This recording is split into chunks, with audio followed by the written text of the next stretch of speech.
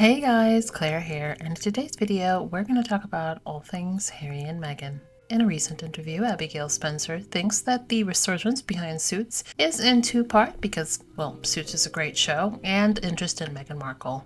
And you know what?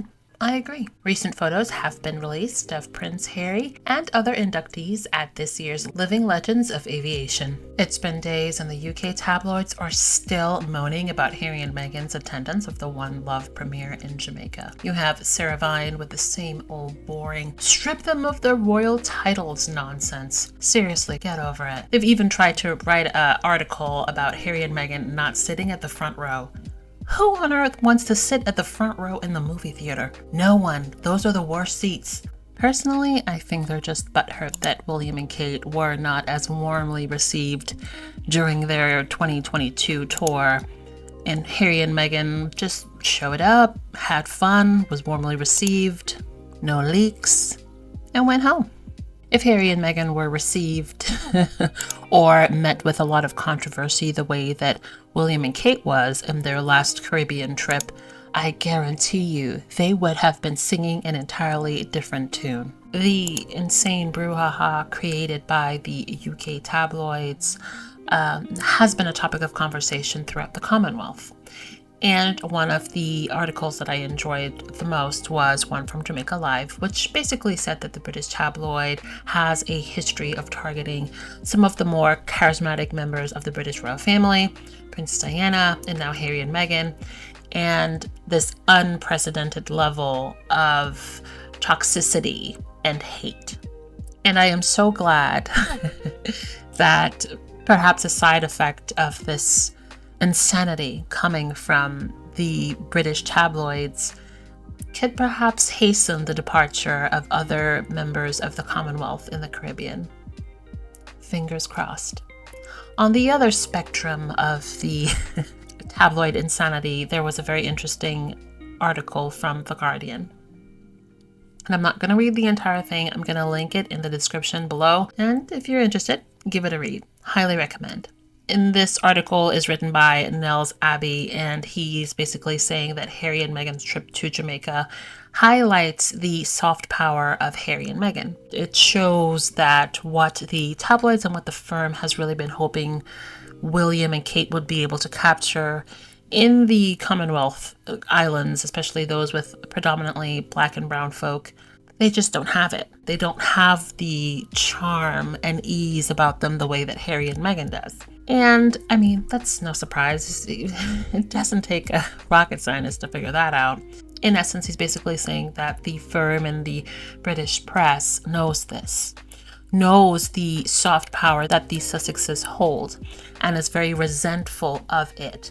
And the fact that they have tried to drag them through the mud for the past 4 years, and they're still just able to pop up, be very charming, very engaging. It's just something that comes naturally to them, and there's a lot of resentment about that. And it makes sense. I recall before William and Kate went to Jamaica, the tabloids were really pumping out a lot of articles saying that this is it.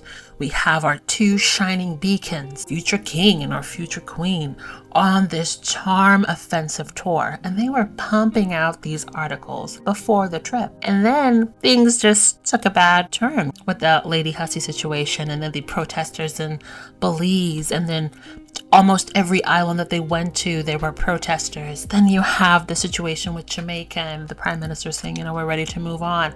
Then you have the photos of them holding the hands from the chain link fence and the colonial cosplay. I mean, that tour was a nightmare at every single turn.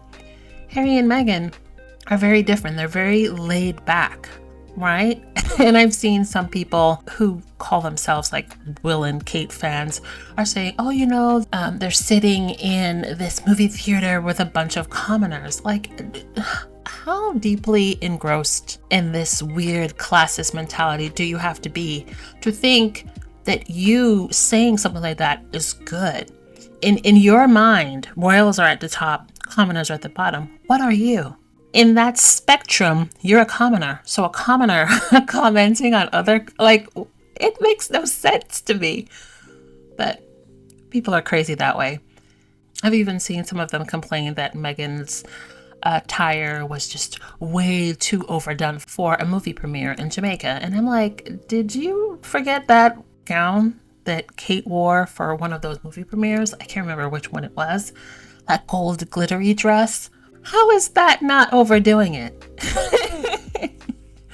It's insane. But this article about the soft power of the Sussexes and the resentment that so many people in the UK press and in the firm has leads us to this other article, which essentially is saying that Kate Middleton's condition may hasten Harry and Meghan's reconciliation. That article is interesting for a lot of reasons, and from the commentary of others on social media, I'm not the only one. So I saw this on my girl's Reese Candy's page, and I wasn't able to stitch her video, so I'm going to tag you below. But I wanted to talk about this because there's a word in this title that really jumped out at me.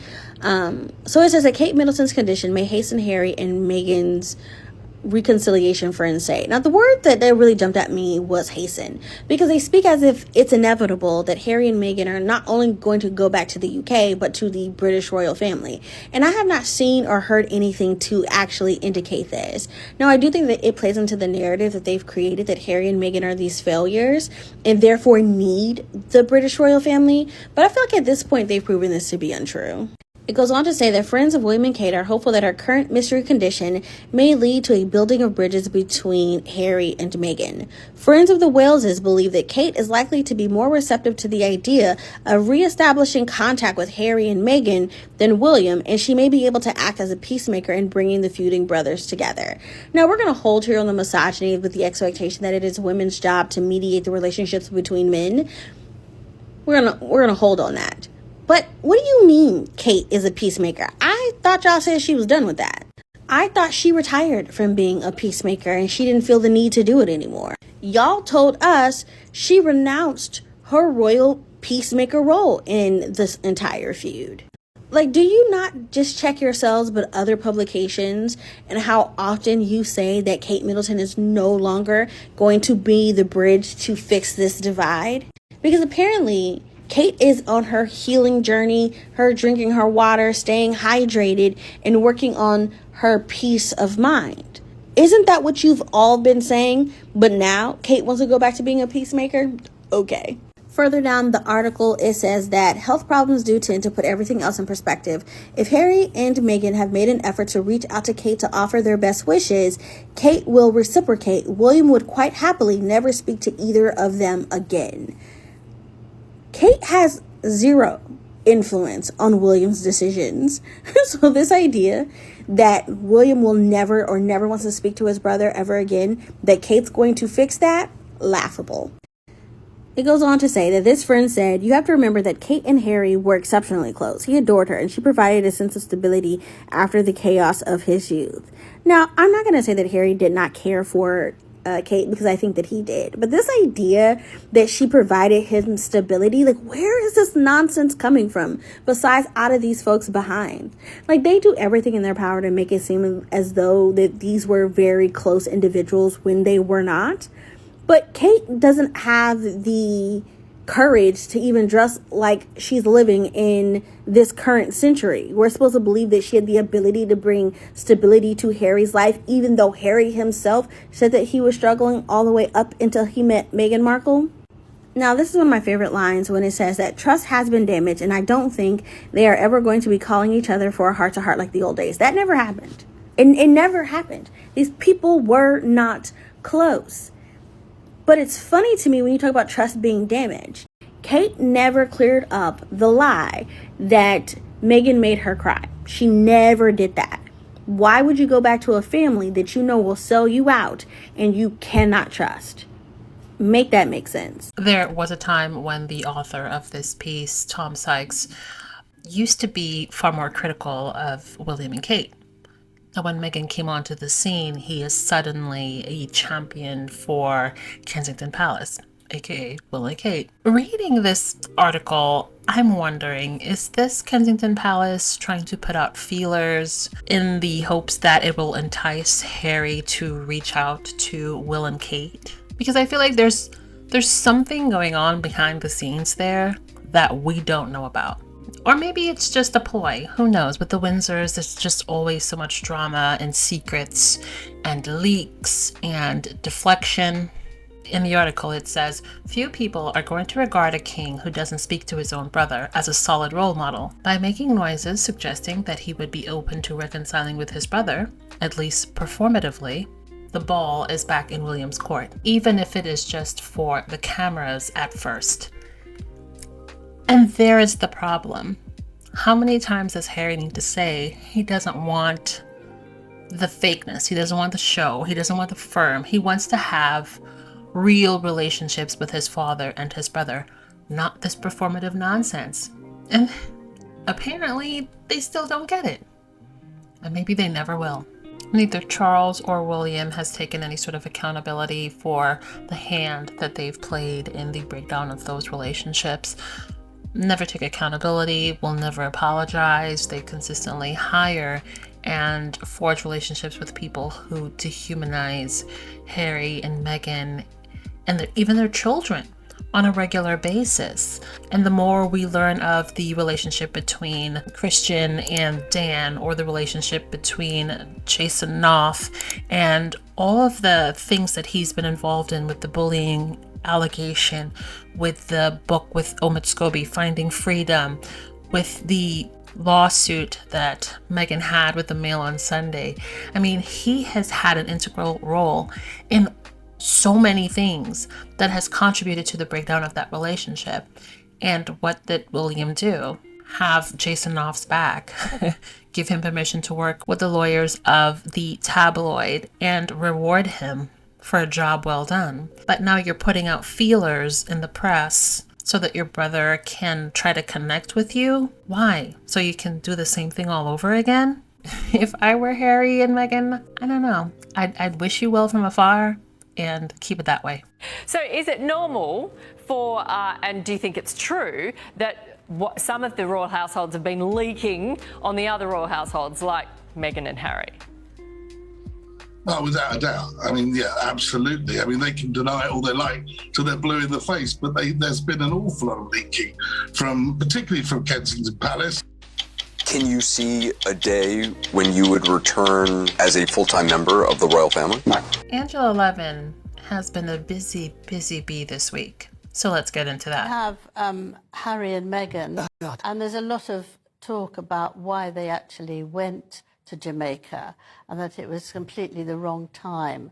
Now, the question is, did they go there deliberately so they could speak to the Prime Minister and show that he would like them, but not like William and Catherine, who went out in 2022 and he said, I'm leaving, I want to get rid of it. But I don't think he wants to leave the Commonwealth. I think he just wants to be independent. And the King is very keen on that. He's got no problem with that. People grow up, countries grow up, and that's perfectly all right. Also, they were concerned why they were up against, close to the Paramount boss, because they're supposed to be really with Netflix. And was this a question that they were trying to get a job for Meghan? The question is they're always looking for a job, so probably. Yes, probably, yeah. But it's a bit unsubtle, I think, really. But there they were. She looked extraordinarily overdressed than going to a cinema, really, and a film, because the dress was absolutely enormous. And it's the sort of thing that you see at the awards ceremony. So I think people have really laughed at them, and they wonder actually what on earth are they doing. There's nothing. Other people are scurrying around doing much as they can. And if they'd stayed with the royal family, they could have been extremely useful. But now they just want to prove they're stronger than them, they're liked in other ways than them, and they're going to do it their way. And I think it's very self-killing, really. In another video, Angela Levin made a connection between Kate's current health crisis to that of Princess Diana's mental health crisis, and saying that William's experience dealing with his mother's health crisis will enable him to be a better or more supportive husband for Kate's current health crisis. So I'm seeing a lot of people on social media saying, well, wait a minute. If the palace said that she's dealing with some sort of abdominal situation, why is Levin connecting it to mental health? But then again, the palace also said that this was planned. But then other articles came out later saying that William was bewildered. So there's a lot of inconsistencies there. Peter, do you think that the king deserves a bit more help, and that perhaps, in an interesting turn of phrase there from Nicholas, that William becomes de facto deputy king? I think that King Charles should abdicate, and I think that Prince William should step up and do the job. Do you realise this is GB News? Are you trying to get yourself cancelled? Purely, listen. I've got viewers now spat their tea out of Listen. that. The king abdicates? Listen. Purely because I would love to see the reaction of Harry and Meghan. Imagine how delicious that would be to see them foaming at the mouth over William becoming Why king. would they foam at the mouth? You're being completely ridiculous. Well, they'd be wildly jealous, Nina, because No, suddenly why would they? Catherine No. would be queen. No, so what? So absolutely what? But the thing is, my understanding is, Nicholas, that the king has waited this long to fulfil his role. He is not going to go easily. I mean, over his dead body, literally. He is not going to give up. And in terms of the engagements that he's carried out, he carries out about 3 or 4 times the engagements that William does. William is a bit of a shirker, I've always thought, you know, an entitled shirker. I mean, the fact of the matter that he's supposed to be, taking the helm because Catherine's in hospital, and he's cancelled, all his engagements too. Well, honestly, that seems ridiculous to me. He should be doing his share anyway. But I mean, he and Catherine do about a quarter of what the king does, and Anne. Those two are stalwarts. And as for the king slimming the monarchy down, well, he's overslimmed it, so that the fact of the matter is that the only royals they've got to traipse around and, cut ribbons and open buildings or what have you, are Camilla and Sophie. It is absolutely comical and asinine that the two fellows on that panel really thought that somehow Harry and Meghan would be foaming at the mouth at the concept of William being king and Kate being queen. And like the lady said, why would they foam at the mouth at that? There has never been a time where we can see or trace back to Harry alluding that being king is something that he desires. Harry has always been consistently talking about having close familial bonds, not a desire to become king. If anything, I feel like from reading the book and listening to his words long before Meghan even came on the scene, that environment and the pressures that comes with the top job is not something that he wants for himself. Long before Meghan, he said that, I don't like to be in the UK. That man spent most of his happiest times after his mother's passing in Africa, and then in the military, so far removed from the trappings of the UK. So you can't tell me that he will be foaming at the mouth for something like that. If that mattered to him, he would have stayed. If things like being on the balcony and all these silly little things that the royalist establishment feels that is somehow some sort of punishment for Harry because they want to take it away from him, it just doesn't make sense. And for Meghan, Meghan didn't even pay attention to the difference between Harry and William. We've seen the interview before where the girl asked her, William or Harry. She was like, I don't know. I don't care. Which to a lot of Americans, we sort of had the same appeal. If you're not a royal watcher, you never really pay attention to Harry or William or king or queen. And becoming queen doesn't mean that your problems are magically fixed. And with it, everyone's going to love you. Camilla is now queen. And with this new promotion, doesn't mean that people suddenly love her. Nothing really has changed in that realm. There's a lot of people who don't care for her. And no new title or promotion has changed that. So, and if you really think of it, how sad is it that a grown man thinks that you want to put someone in that position that they were already born to go into, right? is somehow a dig at someone else that you clearly don't like. It's very high school. And as the lady said, William and Kate have not worked. That's just about the only consistent thing that they have done throughout their royal careers.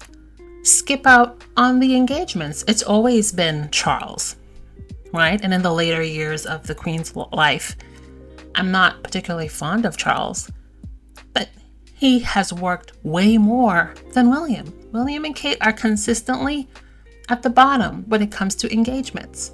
That's just a fact. So it's interesting when I hear royalists say, well, Charles is transitional and we're looking forward to William being king. I don't know how William would be any better than Charles, to be frank. From what I can tell, they like being lauded upon. They love the promotion and the availability or access to improved or increased assets like the Duchy of Cornwall or whatever it's called, but not necessarily the work. And from what Kensington Palace has been consistently putting out since Charles has become king and William has put out a lot more stories about changes that he would like to make when it is his turn, the workload is going to lessen significantly. So, good luck with that. There's a bit of a difference between the way we're being told about the medical conditions of King Charles and Princess Kate. We seem to know everything about King Charles' prostate procedure. Apparently it's because he wants people to become aware. Well, I don't want to be aware of his prostate, enlarged or otherwise. What's happened to Kate? Why aren't we being told what's happening with her? It's all a bit vague, isn't it? Poor Prince William, he's rushed off his feet. He's so busy looking after 3 school-aged kids that he hasn't had time to visit his beloved wife Kate in hospital more than once. You can just imagine him knee-deep in laundry while trying to think of what to cook the kids for tea. He's so busy, he hasn't had time to ask any of his 60 staff for help. But I bet he'll find time to tend to his rose garden.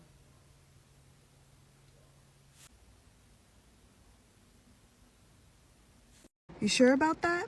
I know it really breaks the heart of some mediocre middle-aged palm people, but despite the delusional denial, Meghan Markle is in fact a princess because she married a blood-born prince, and that's quite literally how it works. Meghan is Princess Henry of Wales, the Duchess of Sussex, the Countess of Dumbarton, and the Baroness of Kilkeel. Or, in other words, bow when you see her.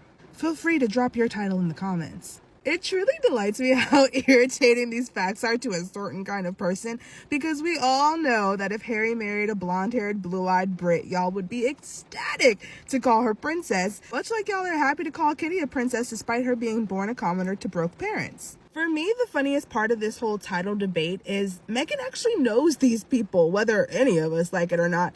These snobs are actually her family. She's lived in the palaces. She's gone to the family lodge. She's gone to the dinner. She's worn the tiara. The closest that any of y'all will get to them is through highly secured, planned photo ops. Oh, they're more than happy to allow y'all to wait in the cold for hours for the chance to shake their hand. But if any of y'all feel like you'd fare better in this family or in the British press than Meghan, well, I would encourage you to try it, but you couldn't even get close. You don't have the credentials. Meghan is gorgeous, first and foremost. Educated, successful, independently wealthy. What exactly do you have going for you? A subscription to the Daily Mail? Somehow I don't think that's going to get you a seat at the royal table. Meghan lived in Salty Island for all of 2 years, and she's been gone for 4.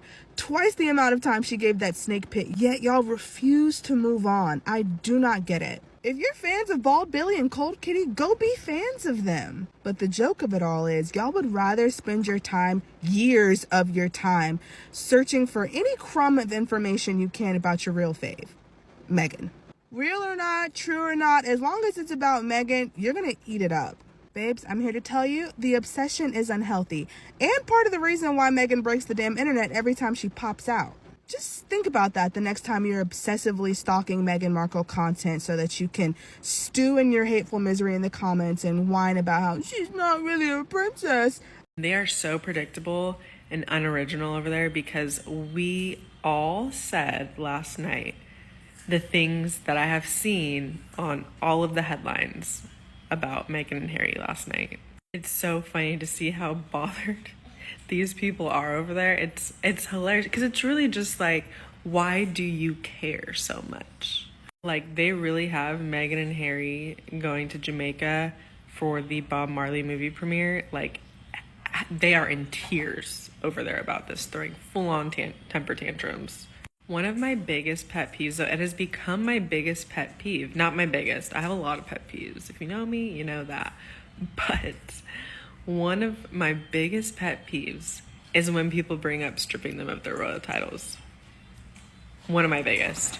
And it's one of my biggest pet peeves for multiple reasons. One, the first being Meghan and Harry literally offered their titles up when they left that place. Two, King Charles is not going to take away the only relevant members of the royal family. He's not going to take away their titles. It's just not going to happen. Three, their influence is not going to go away just because their royal titles are taken. Like, that's the thing about that place, is that it's an echo chamber. And all they believe is that the royal family is the most important family in the world. And that if you are a part of that family, you are the highest of status, which there is true. There. The rest of the world could care less about their royal titles. And to even imagine that people would no longer look at Prince Harry as Prince Harry is delusional. Just straight delusional. But these people have PhDs in delusion. So I'm not surprised by them having this fantasy of the king taking away the royal titles. Meghan and Harry would still be moving the same way. They'd still have the same influence, whether they had the titles or not. Could not say that for Kate and William. I'll just say that straight up. And we all know that. What influence would they have if they didn't have the royal titles? None whatsoever. The qualities of Meghan and Harry are what make them iconic, not the titles. And they just need to come to that realization. They just need to come to it because it's ridiculous, and the world they live in is a delusional world. And the king, they don't need anything from the king. They are free. They moved to the US. They're living their life with the people they love, with the people that love them, with the people that protect their privacy, with their own schedule, with their own camp. They don't need the king to give or allow them to do anything. So it's delusional echo chamber there. That's just what it is. But all the tears I've seen today have kept me hydrated because it's just, the meltdowns are hilarious. The trying to scrape for things, talking about Meghan's fashion, which one, she looks beautiful. I loved the two sets she wore together. Beautiful. I loved the outfit. Loved it. So it's just they're just so funny. In the state of their delusion, they're the funniest. I just love it. Prince Harry and Meghan Markle were invited to Jamaica to attend the movie premiere of Bob Marley, One Love, and the media acted really chill about it. Haha, just kidding. They acted like Harry and Meghan stood next to Vladimir Putin. The headlines had so much faux outrage that it's almost laughable. If they weren't also trying to throw this prime minister under the bus as well. Come on, guys. And my big question is always, what is the end goal in this narrative? And that question is rhetorical. I know there is no end goal. The only goal is here, now, and make as much money as they can because rage bait sells. However, in my opinion, the outcome of all this is more people siding with Harry and Meghan. A 24/7 hate campaign that's been going on for literal years only lends more credence to what Harry and Meghan have been saying. That they have been relentlessly bullied by the media for years, and the royal family's refusal to stand up for them shows that they are complicit in all this.